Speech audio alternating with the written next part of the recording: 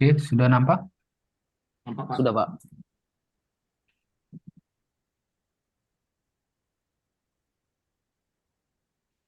Baik,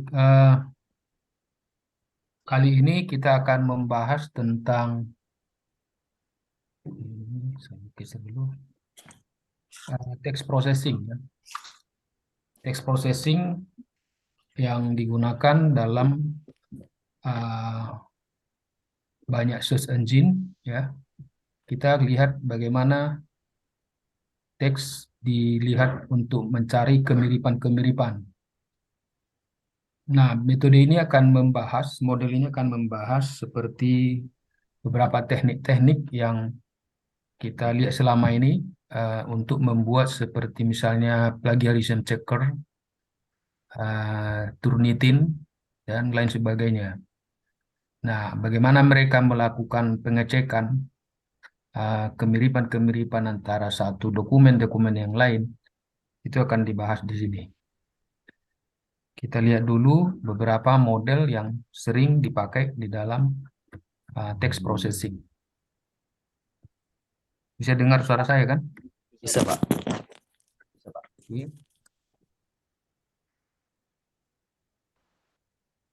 Nah,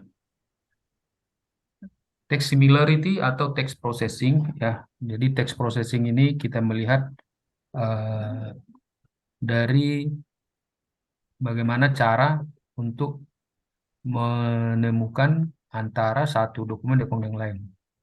Nah, dalam pemrosesan teks itu ada beberapa contoh ya, ada beberapa aplikasi-aplikasi yang sering kita lihat selama ini, seperti kalau misalnya kita langganan ada plagiarism checker, ada Turnitin, dan lain sebagainya. Nah, di sini kita akan lihat ya beberapa text similarity yang sering digunakan ya, di dalam search engine atau mesin pencari. Nah, yang pertama, search engine ini dalam pencarian, dalam text similarity search engine ini, itu digunakan text similarity untuk mengukur kemiripan antara hal yang ingin dicari dengan data yang dimiliki. Ya. Nah, kemudian ada dengan menggunakan chatbot. Ya. Di dalam chatbot ini dilakukan tekniknya adalah bahwa ukuran kemiripannya digunakan untuk memilih jawaban bot yang tepat berdasarkan kemiripan pertanyaan atau pertanyaan yang ditulis pengguna dengan database yang ada. Ya. Nah, itu yang kedua. Terus yang ketiga, ada dengan menggunakan short answer string atau short answer scoring.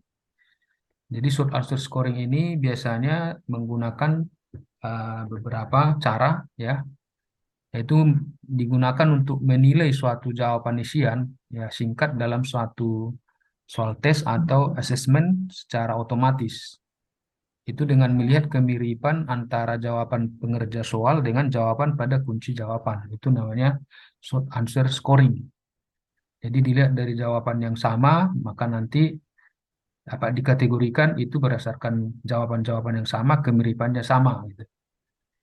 Ya, jadi sama seperti misalnya kalau kita lihat dalam pengadilan Sambo, ya, jawaban daripada ART-nya dengan yang lain-lainnya itu bisa kita lihat sangat similar ya, karena mungkin sudah didesain seperti itu dari jawaban-jawabannya. Nah, kemudian ada yang digunakan untuk plagiarism detection, ya. Plagiarism detection ini sangat banyak sekarang digunakan, yaitu menggunakan ukuran kemiripan untuk mendeteksi adanya penciplakan, ya, suatu karya orang lain dan menjadikannya seolah-olah karyanya sendiri. Ya, ini yang kita kenal sekarang kalau setiap kita menulis paper di jurnal internasional yang terindeks Scopus misalnya, apakah itu IEEE atau yang lain, itu biasanya harus dilakukan dengan plagiarism checker ya, dicek dulu berapa kemiripannya ya, bisa menggunakan tools ya, tools yang sekarang ini banyak dipakai Turnitin dan ada juga plagiarism checker. Nah, sekarang kita akan bedah bagaimana teknik-teknik yang dilakukan, ya. Kalau kita misalnya melihat contoh tools yang digunakan saat ini, mereka itu memang tidak memberitahu bagaimana mereka melakukan pendeteksian, ya, seperti Turnitin atau plagiarism checker. Namun bisa kita, ya wajar ya, kalau misalnya itu perusahaan kan tidak mungkin memberitahu rahasia perusahaannya. Namun beberapa teknik yang bisa akan kita pelajari, nanti akan bisa mungkin kita lihat bahwa begitulah teknik dalam hal melakukan text similarity daripada beberapa dokumen. Nah, secara umum, text similarity ini bisa kita perhatikan ya dari seluruh teks, bahwa di seluruh teks ini nanti ada yang digunakan dengan pertama itu ada string based similarity. String based similarity ini itu biasanya menggunakan boolean ya. Boolean itu dia harus stringnya harus betul-betul eksak mirip sama ya. Misalnya ilmu komputer. Waktu dilakukan pencarian, string matchingnya itu harus ilmu komputer. Nah, dia tidak mau ilmu komputer dengan Saya nanti ya. computer science. Tapi Nah, itu namanya string based similarity. Kemudian ada yang kedua menggunakan corpus based. Nah, apa itu corpus? Corpus itu sebenarnya sederhananya adalah dokumen. Ya, dokumen ya atau kata ya, beberapa kata yang sudah kita paham beberapa artinya dibuat dalam bentuk korpus. Nah, kira-kira misalnya begini. Ilmu komputer kita sering sebut ilkom. Kemudian kita sebut computer science. Nah, jadi korpusnya itu adalah ilkom, computer science, dan ilmu komputer. Jadi bila mana satu di antara kata itu nanti terretrieve ya atau dibuat menjadi query, maka yang lain juga akan terikut karena korpusnya sama. Itu namanya korpus. Ya, sebentar ya, saya tutup dulu kamera.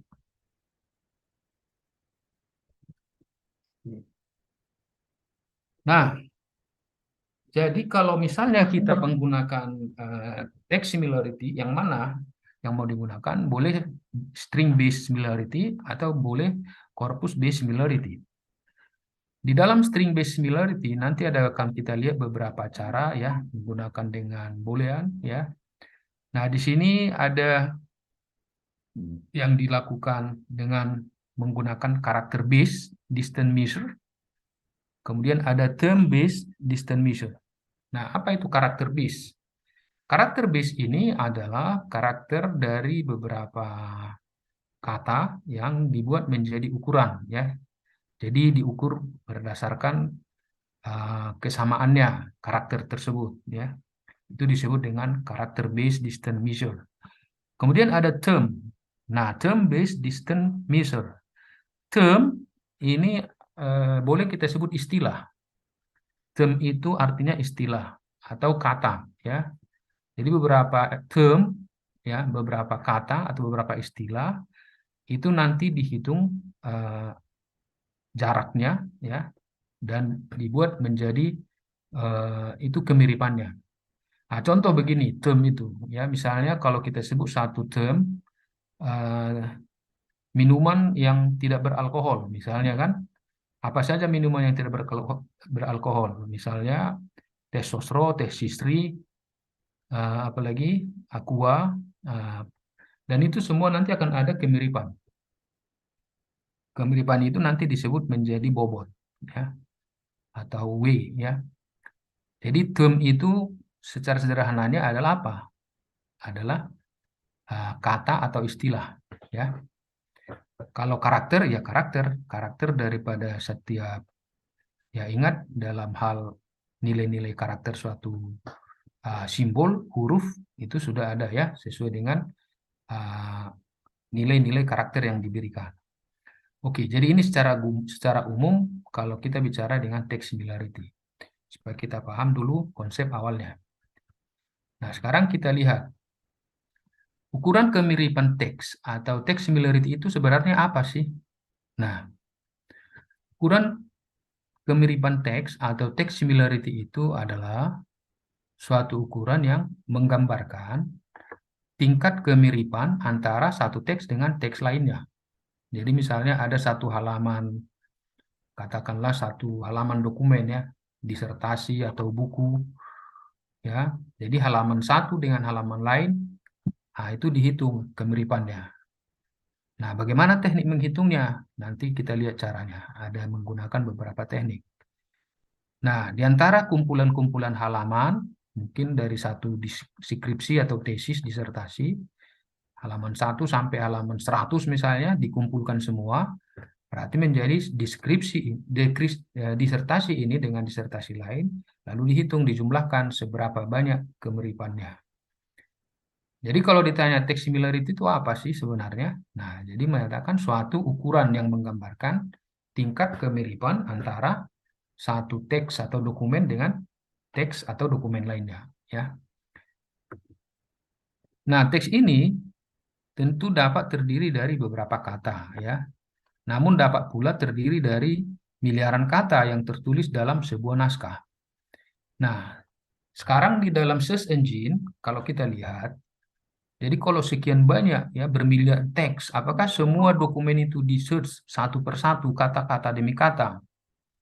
Nah, itu ada tekniknya ya, bahwa dulu ada namanya content base ya. Content base retrieval. Jadi content base retrieval di search satu buku itu kata demi kata semua mulai dari kata pertama sampai kata terakhir. Dan itu tidak efektif. Dan itu sudah ditinggalkan orang. Ya, dulunya begitu. Artinya disertasi si A dengan disertasi si B pada awalnya kata demi kata diukur dan itu sangat lama. Dan sekarang itu tidak dibuat lagi seperti itu. Jadi bagaimana caranya? Nah, ada beberapa ide ya dari beberapa riset yang sudah menyatakan bahwa apa yang paling penting daripada satu disertasi misalnya. Disertasi itu the most important word-nya yang pertama adalah judul. Dari judul, kemudian abstrak, dan kemudian ada nanti citasi dan referensi, ya, referensinya atau bibliografi. Jadi berdasarkan kata-kata yang muncul dari situ, itulah nanti yang menjadi dihitung. Dan itu sudah diakui bahwa bisa kita mendapatkan dokumen itu yang mana mirip dokumen A dengan dokumen B atau dokumen C hanya dengan melihat dari kata yang ada pada judul, pada abstrak, kemudian pada keyword, dan pada kata yang dibuat menjadi citasi ataupun bibliografinya, dari bibliografinya. Nah, penelitian-penelitian tentang itu sudah diterima bahwa itu bisa mewakili. Nah, kenapa tidak seperti yang lama? Bayangkan kalau setiap kata nanti di dalam search engine harus di-search, itu akan sangat membutuhkan waktu yang sangat besar. Jadi kompleksitasnya tinggi. Sehingga itu saat ini tidak lagi diarahkan riset untuk itu. Tidak diarahkan lagi riset-riset untuk itu. Oke? Jadi paham ya? Secara umum, terdapat dua kategori cara untuk mengukur hal tersebut. Ya. Yang pertama, tadi kita sudah sebutkan ada namanya string-based similarity. String-based similarity ini adalah cara yang pertama dulu. Cara yang pertama dulu, yang pertama sekali. Nah, apa itu string-based similarity? String-based similarity ini adalah mengukur beberapa rangkaian dari karakter. Ya, baik itu huruf, angka, simbol yang dipisahkan oleh spasi. String-based similarity ini memiliki dua macam kategori, yaitu ada karakter-based distance measure, jadi karakternya diukur, jarak antara satu karakter dengan karakter lain. Kemudian ada term-based distance measure, jadi katanya, kata ya, term itu kata atau istilah, itu yang diukur. Nah, dua kategori ini mengukur kemiripan berdasarkan jarak antara teks. Lalu karakter-based distance measure ini mengukur jaraknya berdasarkan karakter. Sedangkan term-based distance mengukur berdasarkan jarak antar term, antar istilah. Nah, kira-kira gini, jadi diibaratkan satu istilah itu adalah semacam vektor. Jadi kata misalnya, kata ilmu komputer dengan ilmu komputer, itu jaraknya adalah sangat dekat. Tidak ada jarak. Berarti itu nanti akan disebut bobotnya 100%. Ya. Kalau kata ilmu komputer dengan informasi, itu nanti bisa diukur jaraknya. Caranya gimana? Nah, bagaimana Anda mengukur kata ilmu komputer dengan kata informasi? Jaraknya bagaimana? Itu nanti dengan menggunakan term frequency dan IDF, Inverse Document Frequency. Nah, seperti apa itu? Nanti kita lihat berikutnya. Paham dulu ya sampai sini ya. Terus yang kedua. Yang kedua itu tadi sudah saya singgung bahwa ada corpus based similarity. Pengukuran ini adalah mempertimbangkan kemiripan dari sisi semantik yang menentukan kemiripan antar kata berdasarkan informasi yang ada. Jadi ini berbeda dengan karakter based similarity tadi, ya. Nah, berbeda dengan jenis kemiripan yang tadi. Ini hanya melihat kemiripan secara permukaan saja. Jenis ini mengukur kemiripan dari sisi makna kata atau kalimat yang ada. Jadi korpus ini, ya ingat ya, korpus ini diukur berdasarkan arti daripada korpus itu sendiri. Jadi misalnya ilmu komputer artinya sama dengan computer science, sama dengan ilkom. Dan itu kalau terretrieve ilkom, maka nanti terretrieve juga lah computer science. Terretrieve juga lah ilmu komputer. Itu dengan menggunakan corpus base. Kemudian kalau tidak menggunakan corpus base, yang pertama tadi kita menggunakan karakter base. Kalau ilkom, ya ilkom saja. Ilmu komputer saja. Nah, itu masing-masing punya keunggulan dan masing-masing punya kelemahan. Saat ini yang banyak digunakan adalah menggunakan corpus based similarity, ya. Kemudian yang berikutnya kita lihat. Di dalam karakter based similarity tadi, ini banyak menggunakan boolean. Ya, boolean model. Boolean model ini adalah misalnya menggunakan fungsi boolean, ya. Fungsi boolean itu masih ingat ya. 1N1 sama dengan 1. 1N0 sama dengan 0. Artinya apa? Kalau satu, misalnya istilah hadir komputer di dalam satu page, ada di situ komputer, kemudian ada di dalam page lain juga harus komputer, maka nilainya itu 1N1 baru harus dibuat 1. Jadi kalau dua istilah mau dibuat, artinya gini, kita mau buat istilah yang dicari adalah computer and computer, satu istilah, informasi satu istilah. Jadi kalau menggunakan boolean, harus muncul istilah komputer dan informasi dalam satu halaman, baru halaman itu terretrieve kalau menggunakan fungsi N. Kalau tidak menggunakan fungsi N, ya, kalau tidak menggunakan fungsi N, misalnya gini, 1 or 1. Jadi misalnya, ada kita buat query-nya komputer, kemudian query kedua informasi. Satu halaman, misalnya halaman 1, ada memuat komputer, ada memuat informasi. Halaman 2 ada hanya memuat komputer, tidak ada informasi. Kalau kita menggunakan fungsi OR, berarti 1 or 1 hasilnya 1. 1 or 0 hasilnya 1. Jadi nanti di halaman 1 tadi ada komputer dan informasi. Adakah komputer atau informasi? Ada. Maka itu terretrieve halaman 1. Di halaman 2 hanya ada satu kata komputer. Apakah terretrieve halaman 2? Iya, karena kita menggunakan OR.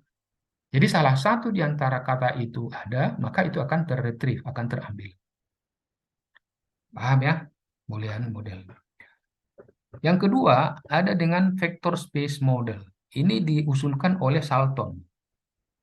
Salton ini menggambarkan bahwa dokumen dengan query itu adalah vektor. Kemudian ada TF-IDF model. Nah, ini menggambarkan term frekuensi dan indeks dokumen frekuensi. Jadi, kemunculan satu kata di dalam satu kalimat atau di dalam satu buku dihitung nanti berdasarkan jumlah kemunculannya. Semakin banyak kata yang muncul, maka itu nanti akan terretrieve. Dialah yang menjadi lebih dekat, lebih similar. Lalu nanti ada menggunakan probabilistic model, ya, menggunakan teori probabilistik. Nah, inilah beberapa similarity model yang akan kita lihat. Dan ada menggunakan language modeling. Language modeling itu sama seperti NLP, ya, Natural Language Processing.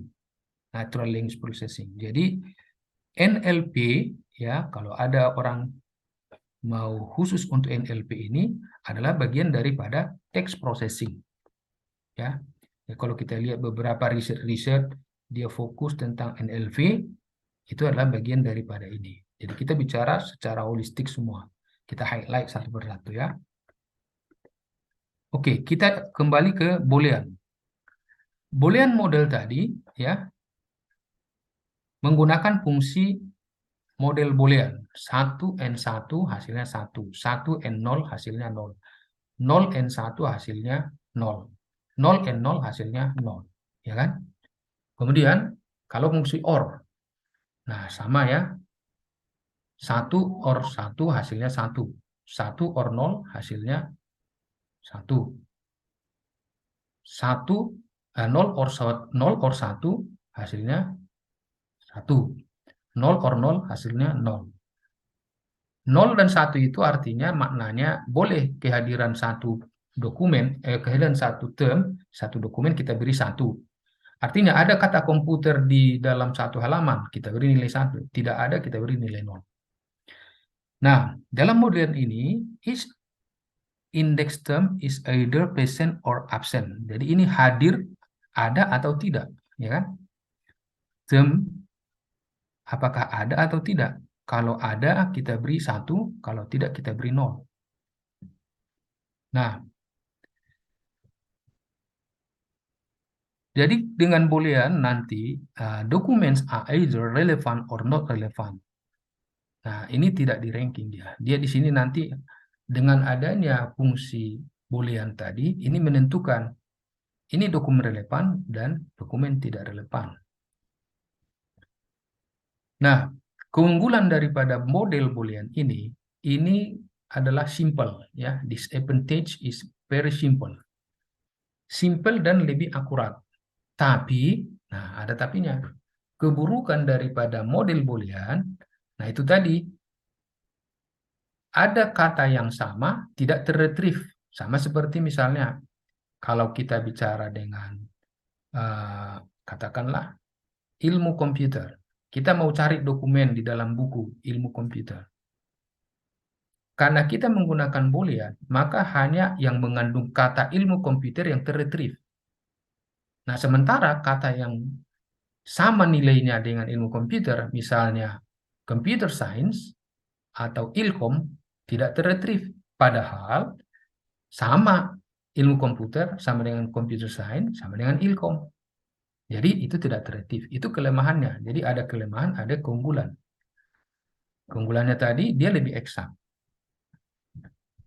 Nah, ini di semanticsnya, ya. Kerugian, ya, atau kelemahan lah. Nah, ini disebutkan di sini, no motion of ranking, exact matching only. Karena dia hanya yang hanya string matching saja, ya. Jadi tidak ikut dengan yang kata-kata yang sama tidak terretrieve.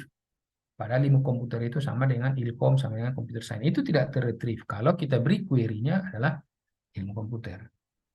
Kemudian all index term have equal weight. Nah, semua index term memiliki nilai yang bobot, nilai yang sama. Lalu yang kedua, ya, Salton memodelkan vector space.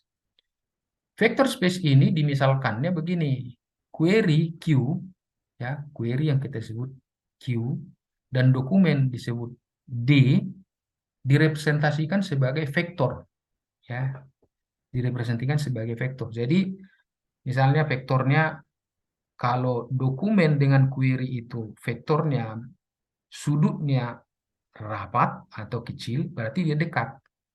Kalau dia ibaratnya sumbu X dan sumbu Y-nya jauh, arti sudutnya besar, berarti ini kata dan query-nya itu tidak dekat. Nah, vector space ini biasanya ya dilakukan dengan kalkulasi cosine similarity. Dilakukan perhitungannya dengan cosine similarity di antara vektor tersebut. Nah, bagaimana caranya dengan cosine similarity ini? Ingat ya, diandaikan query itu Q dengan D menjadi sebuah vektor. Perhitungannya dilakukan dengan cosine similarity. Apa itu cosine similarity? Jadi cosine similarity adalah ukuran kesamaan. Ya. Nah, ukuran kesamaan antara satu istilah dengan istilah lain. Satu istilah dengan istilah lain. Nah, bagaimana caranya? Nah, kita lihat dulu. Cosine similarity ini adalah salah satu implementasi yang biasa dilakukan untuk vector space model. Nah, di kasus ini kita ingin mencari teks, kemiripan teks. Kita mencari kemiripan teks pada teks itu sendiri atau dengan kalimat ataupun sentence. Kalimat tersebut ya bisa kita gunakan untuk membuat stegonografinya atau steganoanalisis linguistik. Nah, rumus cosine ini dirumuskan seperti ini. Similarity sama dengan cos theta sudutnya ya.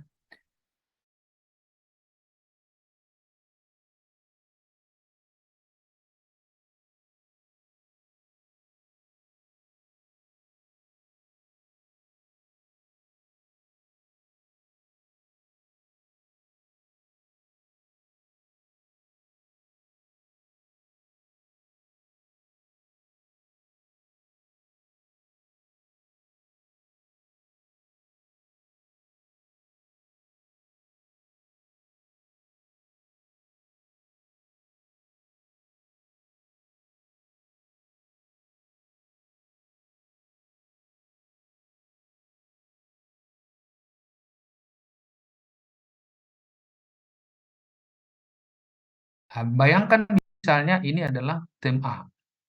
Term A di sini. Ini dibayangkan menjadi sebuah dibuat vektornya.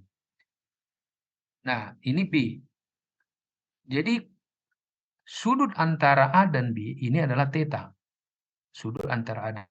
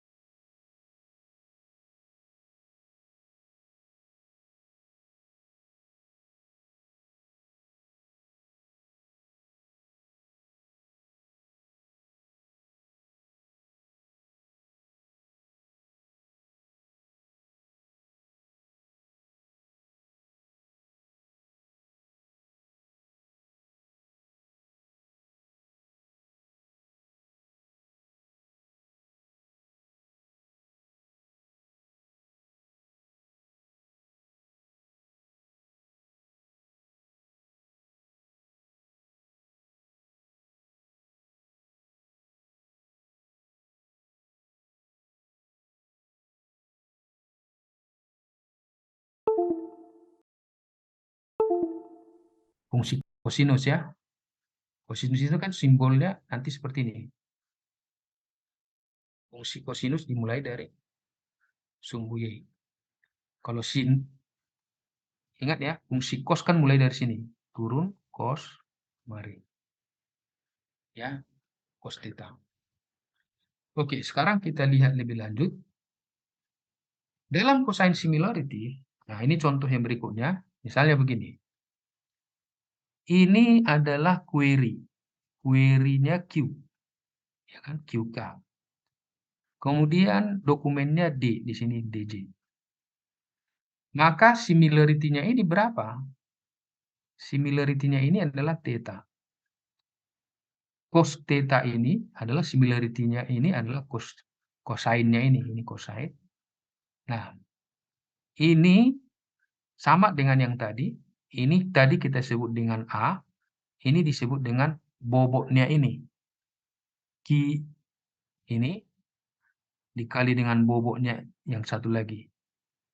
Bobot Q kali bobot D dibagi kuadrat dari bobot Q dikali jumlah kuadrat D. Jadi sama rumus ini dengan ini. Cuma dalam pengistilahan,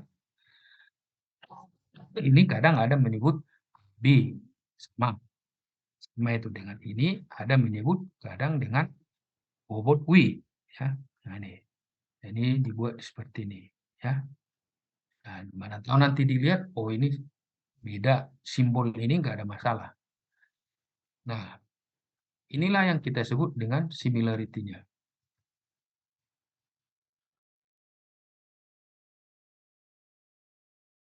Nah, contoh kasus ya, mungkin lebih tepat kalau saya kasih contoh seperti ini. Ya. Misalkan ada diberikan 2 buah dokumen dengan masing-masing kalimat. Nah, kalimatnya seperti ini. Kalimat di dokumen 1 kita sebut D1, ya, supaya bisa dipahami. D1 misalnya kalimatnya begini. The best Italian restaurant enjoy the best pasta. Ini diberi kalimat kepada satu kumpulan dokumen. Lalu kalimat kedua, the best American restaurant. Oke, ini the best ya. Ini 2 kali salah ini. Saya ketik the best sekali aja sebagai. Sementara saya perbaiki. Jadi 2 kali ketik the best. Oke. Oke. Bisa nampak ya? Halo? Lihat dengaran ya? Dengar, Pak. Oke ya. Nah, jadi ada 2 kata. Ada dua frase. Dua frase. Kita mau menghitung cosine similarity-nya berapa ya? Jadi misalnya ini tadi. Kalimat pertama adalah the best Italian restaurant enjoy the best pasta. Kalimat kedua, the best American restaurant. Oke. Apa yang mau kita cari dari sini? Kita mau mencari nilai cosine similarity. Cosine similarity daripada D1 dengan D2. Anggaplah ini dokumen 1, ini dokumen 2. Oke. Ya, dokumen 1 dengan dokumen 2. Jadi sekarang mau kita lihat how similar, berapa dekat antara istilah ini dengan istilah ini. Seberapa dekatkah dokumen 1 dengan dokumen 2? Nah, caranya begini. Kita lihat namanya termnya. Ada berapa term? Daftar kata yang ada, kita pecah semua termnya mulai dari sini. The best Italian restaurant enjoy the best pasta. Ini kita split, kita potong, kita split menjadi seperti ini. Nampak ya? Daftar kata yang ada, kata the dihitung. Kata the dihitung di dokumen 1 ada sebanyak berapa? 2. Kata the di dokumen 2 ada sebanyak 2. Oke. Kemudian kata best. Kata best di dokumen 1 ada 2. Di dokumen 2 ada 2. Best. Perhatikan ya. Oh, ini tadi the best. Harus 2 kali ya. Supaya dia 2. Berarti benar tadi. Ya, harus 2 ya. Ya. Ini kan kita tidak melihat apanya tadi. Artinya ini the base, di sini ada 2, D, D. Ya, di sini ada 2, D, D. Kan begitu ya? Hitung. Oke, terus, sorry tadi saya hapus. Supaya ini contohnya sudah saya buat di sini. Oke. Kemudian Italian. Italian di D1 ada berapa? 1. Italian di D2 ada berapa? 0. Kita lihat ya. Mana tadi ini? Italian di D2 0, nggak ada ya? Oke, tidak ada. Stop. Oke. Nah, sekarang American. Nah, American di dokumen 1 0. American di dokumen 2 1. Kemudian restoran. Restoran di dokumen 1 ada 1, di dokumen 2 ada 1. Oke, enjoy ada di dokumen 1 1, di dokumen 2 0. Kemudian paste di dokumen 1 ada 1, dokumen 2 ada 0. Ya kan? Nah, sekarang kita lihat. Kita vektorkan. Ini vektornya. Vektor D1 adalah 2, 2, 1, 0, 1, 1, 1. Ini vektor daripada D1. D2 vektornya ini 2, 2, dan seterusnya. Diambil dari sini. Vektornya itu. Ini 2, 2, 1, 0, 1, 1, 1. Ini vektornya ya, vektor D1. D2 ini. Nah, ini disebut dengan vektor dokumennya. Paham ya sampai sini ya? Oke, sekarang berdasarkan rumus yang kita hitung tadi rumusnya, ini kita masukkan 2 kali 2 ditambah dan seterusnya, dan seterusnya, dan seterusnya. Ya, kita masukkan ke rumus. Dapatlah ini sama dengan 0, sekian. 0,821 sekian, sekian, sekian. Oke. Nah, maka nilainya, ya, nilai cosine similarity-nya adalah ini. Jadi antara dokumen 1 dengan dokumen 2, nilainya adalah 0,8215. Ya, sampai sini aja. Ini namanya kita sebut menjadi nilai similarity-nya atau bobotnya. Ini disebut bobotnya. Jadi sederhana ya. Nah, biasanya untuk menghitung ini, ya, kita bikin program. Ya, boleh pakai Python, boleh pakai apa saja. Nah, biasanya Python banyak dipakai, terserah. Ya. Nah, codingannya yang perlu kita paham, kira-kira codingannya bagaimana, program code-nya. Nah, program code-nya ya, ini kan bahasa pemrograman boleh saja mau pakai bahasa apa ya. Import dulu nomornya, kemudian masukkan vektornya seperti tadi. Kemudian yang berikutnya hitung, ya, buat menjadi vektornya seperti ini dalam array. Dan yang kedua, ini untuk yang kedua, ya, ini lanjutannya, kemudian hitung sampai cost. Ini cost-nya dot ini, dan hasilnya adalah ini. Nah, ini adalah program code. Mau dipakai bahasa apa nggak ada masalah, karena ini adalah bahasa codingan. Ya, bahasa codingan itu artinya boleh dipakai kalau mau Python atau Python, sesuaikan dengan sintaks Python. Kalau mau JavaScript, selesaikan dengan JavaScript. Nah, ini yang kita sebut cosine similarity. Tadi kan ada 2. Nilai cosine-nya, nilai similarity-nya dengan distance. Sekarang kita hitung bagaimana distance-nya. Cosine distance. Apa itu cosine distance? Cosine distance ini hanya dapat ditentukan untuk nilai positif. Ya. Jika nilai negatif ditemui dalam input, itu jarak kosinus tidak akan dihitung. Ya kan? Nah, namun persamaan kosinusnya akan dihitung. Jadi, tidak ditemukan, ya nggak usah dihitung. Itu maksudnya. Kalau nilainya negatif itu berarti dia tidak ada. Ya.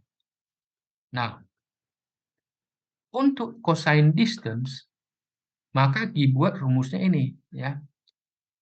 Distance, ini cosine. Ya, distance cosine A dengan B adalah sama dengan 1 dikurang similarity AB tadi. SC ini adalah similarity AB. 1 dikurang. Jadi distance-nya itu adalah 1 kurang nilai ini tadi. Nilai ini tadi adalah berapa? Nilainya ini tadi, ini kan? Ini. 8 berapa tadi? Ya. Ya, 0,8. Berarti nanti nilai distance adalah 1 kurang ini. Ya. Nah, 1 kurang ini tadi rumusnya kan? Nah, atau langsung aja kalau sudah kita hitung, langsung aja kurang hasilkan. Jadi nilai distance cosine-nya adalah 1 kurang hasil cosine tadi. Nilai cosine distance. Nah, berdasarkan rumus di atas berarti 1 kurang ini tadi, 0,8 sekian. Berarti nilainya adalah 0,17 sekian. Jadi simpel ya, tinggal dikurangkan saja. Itu namanya cosine distance.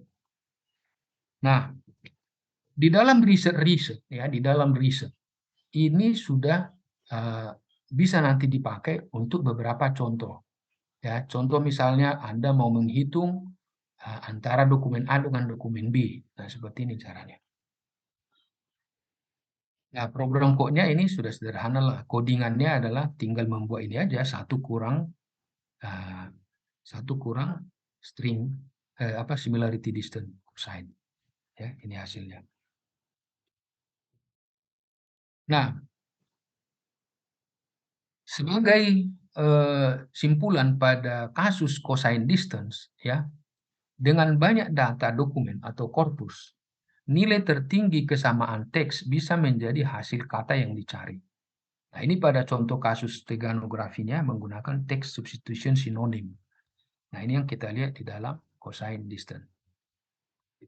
Oke, itu yang pertama dengan cara vector space digunakan di dalam cosine similarity ya.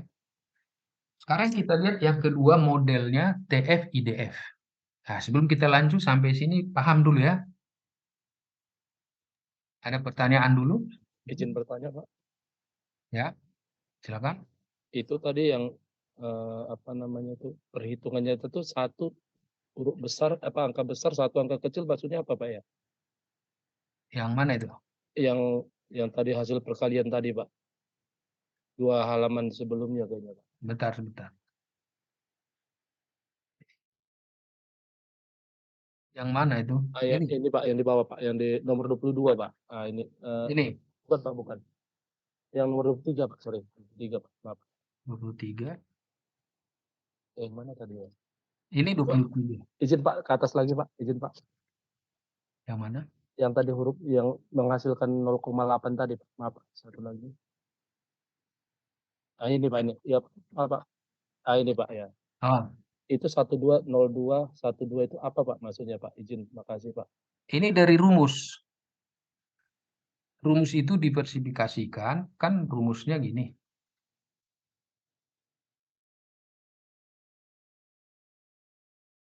Ini similarity-nya kan ini A dari 1 sampai 2. Jadi berapa kali A? Term A berapa kali? B berapa kali dihitung? Jadi ini tadi kan dihitung. Ya. Ya, dihitung semua, ditambah semua. Kan begitu. Diturunkan dia, turun matematiknya. Baik Pak, makasih Pak. Oke. Kemudian kita lihat model yang kedua. Model yang berikutnya adalah dengan TF-IDF. Oke. Oke, TF-IDF. TF-IDF method atau TF-IDF model. Nah, apa itu? Ini singkatan daripada term frekuensi. Term frekuensi itu disingkat dengan TF. Ya. Term kita udah paham tadi ya. Term itu adalah istilah. Istilah atau ya, kata misalnya kita katakanlah atau istilah ini kadang disebut menjadi korpus. Ya. IDF apa? Singkatan dari Inverse Document Frequency. Jadi umumnya ini disingkat TF-IDF. Jadi apa TF-IDF? Adalah suatu metode, ya. Ini kok jadi dua ini, suatu metode atau algoritma, ya. Sorry, ini suatu metode atau algoritma, ya. Strip aja lah. Suatu metode atau algoritma yang digunakan, ya, untuk menghitung bobot setiap kata yang umum digunakan. Jadi ini nanti dasar hukumnya, ada dasarnya yang menyatakan ini. Menurut teorema Lund, ya, teorema Lund. Lund ini menyatakan begini, semakin banyak muncul satu kata di dalam satu dokumen, itu menunjukkan kedekatan kata itu terhadap dokumen. Artinya gini, satu buku, misalnya buku kita adalah buku tentang komputer. Sudah pasti lebih banyak kata komputer muncul di dalam buku itu daripada kata sambung, misalnya. Ya kan? Kata sambung mungkin tidak ada di situ. Atau kata sejarah. Tapi kalau misalnya buku itu adalah tentang buku tentang hukum, ya kan? Pasti kata yang banyak nanti di situ adalah berbicara tentang kata-kata hukum, mungkin komputer sedikit. Nah, itu teorema Lund. Teorema Lund ini diimplementasikan lagi dengan beberapa peneliti berikutnya. Nah, inilah yang kita sebut dengan TF-IDF. Jadi metode ini juga terkenal, ya, efisien, mudah, dan memiliki hasil yang akurat. Nah, bagaimana cara menghitung TF-IDF ini? Kita lihat lebih lanjut.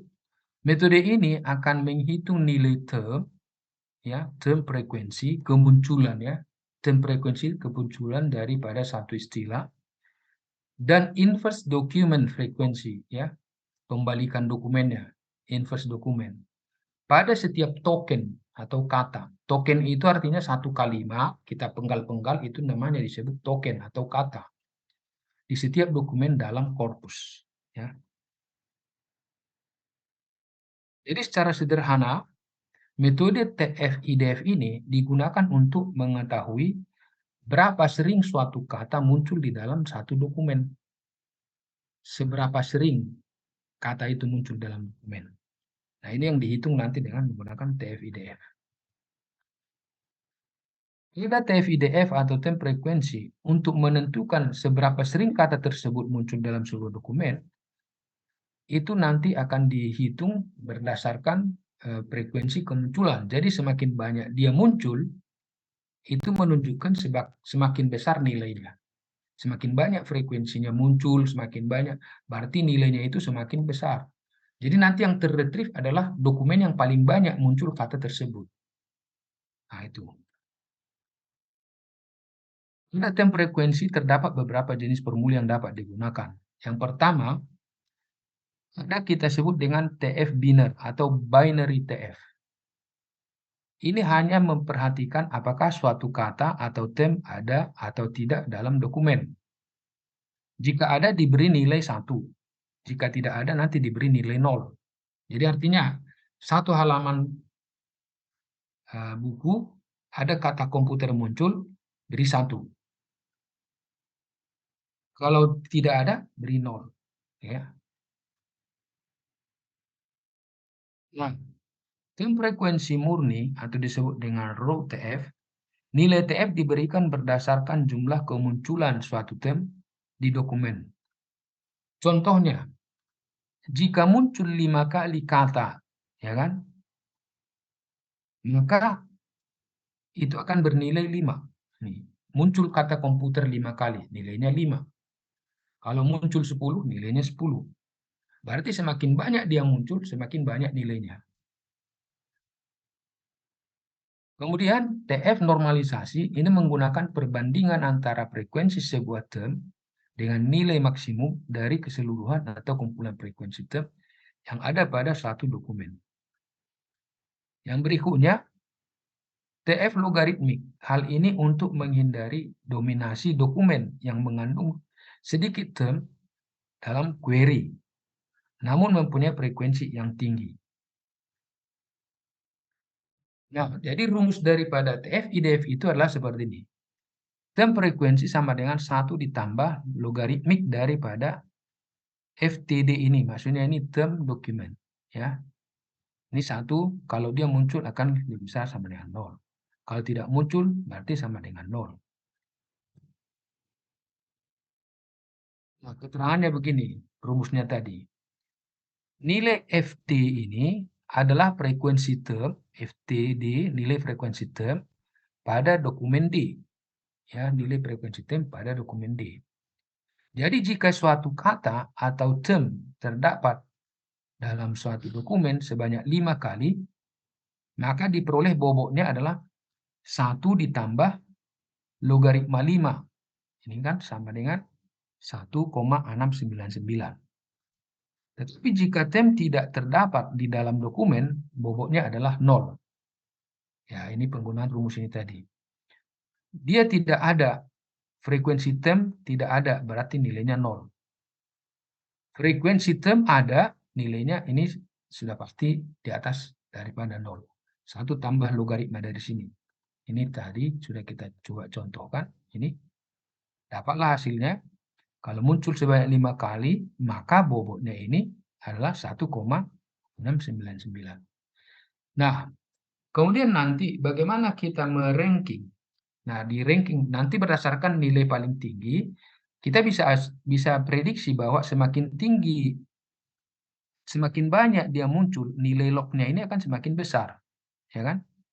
Nah, kalau ini muncul 5 kali, dibandingkan dengan muncul 10 kali, sudah pasti log-nya ini lebih besar. Log 10 lebih besar dari sini.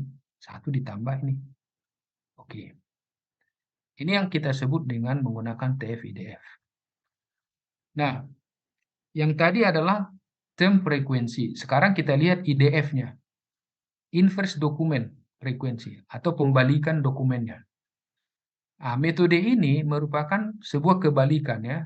Jadi sebuah perhitungan dari bagaimana term didistribusikan secara luas pada koleksi dokumen yang bersangkutan. Kalau kita perhatikan nanti ya, ini berbeda dengan term frekuensi tadi. Term frekuensi tadi yang dihitung berapa banyak dia muncul di dalam satu dokumen. IDF ini seberapa banyak dia tersebar. Perhatikan ini, beda ya. Bagaimana term tersebut didistribusikan secara luas pada koleksi dokumen. Nah, itu disebut dengan IDF-nya. Jadi berbeda ya. Nah, berbeda dengan TF, yang semakin sering frekuensi kata muncul, maka nilai semakin besar. Sedangkan dalam IDF ini, semakin sedikit frekuensi kata muncul dalam dokumen, maka nilainya semakin besar nilainya. Jadi nanti ini seberapa dia tersebar ke sana, ke setiap halaman. Jadi rumusnya ini sama dengan inverse dokumen frekuensi ya pada dokumen KG ini sama dengan logaritmik daripada dokumen ini dibagi dengan DFG. Nah, ini untuk menentukan IDE-nya. Di mana D ini adalah jumlah semua dokumen dalam koleksi, sedangkan DFG adalah jumlah dokumen yang mengandung term TG. Oke. Jenis formula TF yang biasa digunakan untuk perhitungan adalah TF murni. Dengan demikian, rumus umum untuk term weighting ITF IDF ini adalah penggabungan dari formula perhitungan TF dengan formula IDF. Jadi dengan cara mengalihkan nilai TF dengan nilai IDF-nya, kita dapat sebagai berikut. Maka nanti rumus bobotnya adalah WIJ sama dengan TFIJ kali IDF. Jadi bobotnya menjadi WIJ sama dengan term frekuensi I dengan J dikali log D dibagi DFG. Term frekuensi J-nya. Di mana WIJ ini adalah bobot term T ke J terhadap dokumen DI. Sedangkan TFI adalah jumlah kemunculan term TI dalam dokumen DI. Dan D adalah jumlah semua dokumen yang ada dalam database. Dan DFI adalah jumlah dokumen yang mengandung term TG. Nah, minimal ada satu kata yaitu term TG. Jadi T itu term, D itu adalah dokumen, F itu adalah frekuensi, berapa kali muncul. Nah, begitu caranya menghitung TF IDF. Dan berapapun besarnya nilai term frekuensi daripada IJ, apabila D sama dengan DFJ, maka akan didapatkan hasilnya 0. Nah, dikatakan hasil dari log 1 untuk perhitungan IDF-nya. Nah, untuk itu dapat ditambahkan nilai 1 pada sisi IDF, sehingga perhitungan bobot menjadi untuk WIJ-nya sama dengan tem frekuensi IJ kali log D per dokumen frekuensi KJ ditambah dengan 1. Ini rumusnya menjadi bobotnya seperti ini. Terima kasih. Itulah dulu yang bisa kita sampaikan kali ini. Minggu depan kita lanjut dengan yang lain. Kalau ada yang mau bertanya, silakan kita diskusikan.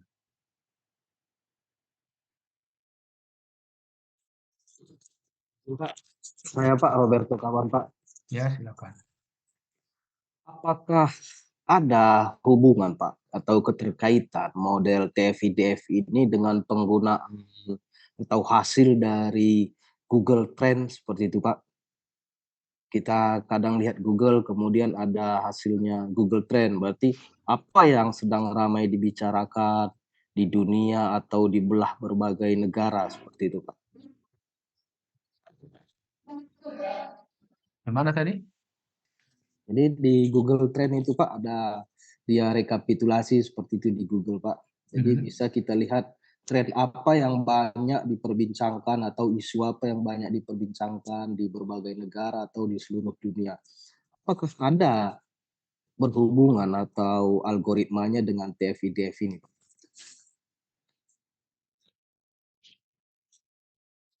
Masih ngambang sama saya. Apakah ada? Apanya, Sir? Apakah ada Hubungan hubungan algoritma penentuannya seperti itu Pak, hubungan antara TF-IDF dengan Google Trend Pak? dengan Google Trend? Google Trend itu apa sih? Google Trend itu merekap atau menyampaikan informasi apa yang ramai tren dibicarakan di seluruh dunia seperti itu Pak. Bisa kita split berbagai negara atau berbagai daerah seperti itu Pak. Oke, oke, oke. Eh, kalau itu nanti Google Trend-nya itu kita ambil misalnya istilahnya, bisa dihitung pakai ini. Tapi biasanya itu dihitung dengan sentimen-sentimen, ada lagi perhitungan dengan chatbot. Nah, apakah ada hubungan antara TF-IDF dengan Google Trend? Kan pertanyaannya itu kan? Iya, iya kurang lebih seperti itu Pak. Nah, sekarang tergantung Google Trend-nya itu indikatornya apa.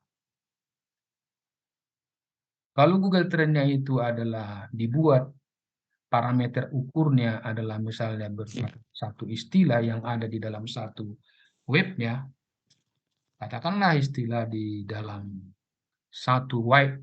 dalam satu web itu yang menjadi alat ukurnya, ya bisa kita hitung. Nah, tapi ada cara yang berbeda lagi.